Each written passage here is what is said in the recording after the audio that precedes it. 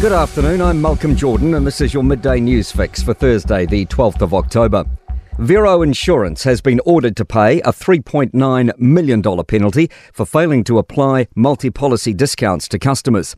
The large insurer admitted in June that it did not apply multi-policy discounts to some customers who were entitled to them.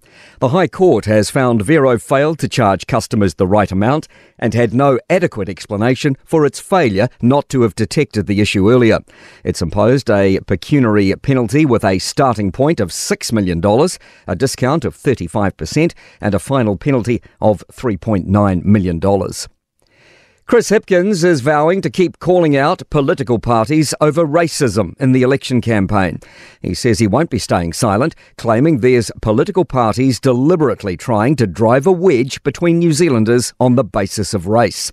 Hipkins adds it's not something leaders with integrity should shy away from, and he has David Seymour firmly in his sights. Look at the radical nature of what David Seymour is proposing. He effectively wants to erase Māori from legislation. He wants to pretend that the treaty never happened. I think that's a massive leap backwards for New Zealand. Meanwhile, current polling suggests National and ACT will need New Zealand first to form a government, but ACT leader David Seymour says it's still early to say whether that will be the case. Seymour says he'll work with Peters if he has to, but the election is far from over. I think we've got to pay a bit more respect to the 2 million people who haven't voted yet and ask, who do you trust? What would you like to happen? Nationals leader is reaffirming his plans to deliver change on our roads after getting stuck in traffic. Chris Luxon had to do the first part of his in-studio interview with Newstalk ZB's Kerry Woodham over the phone this morning after being delayed on Auckland's roads.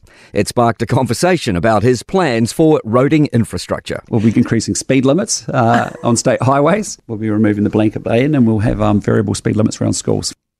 Police have launched a homicide investigation into a 24-year-old man's death in Ruakaka, just south of Whangarei. The man was found lying dead on Peter Snell Road at around 4 a.m. this morning. 5 police officers have received bravery awards for their action saving lives during Cyclone Gabrielle. Constables Patrick Nwazo, Mark Bancroft and Curtis Maney all nearly drowned working to get people into trees and hold them there until help arrived. Detective Sergeant Heath Jones and Detective Constable Jamie Stewart rescued a local detective, her young child and baby, who were trapped on their shed roof with quickly rising water. They then rescued an elderly couple trying to walk in fast-flowing water, swimming them to safety. Police Association President Chris Cahill says the award recognises the highest ideals of policing. The headache at the checkout continues for Kiwis as food prices increase year on year. The latest data from Stats NZ shows food prices are 8% higher for the year to September, driven by a more than 10% increase on groceries. And there are signs of life in the property market as we head into the warmer months. The Real Estate Institute of New Zealand September report shows sales counts across New Zealand were 5% higher compared to this time last year. To sport, calls from New Zealand football CEO Andrew Pragnell for an A-League team to be formed in the South Island as an Auckland expansion franchise becomes closer to reality for the competition. And All Blacks halfback Cam Roigard has signed a deal with the Hurricanes and New Zealand Rugby through until 2027.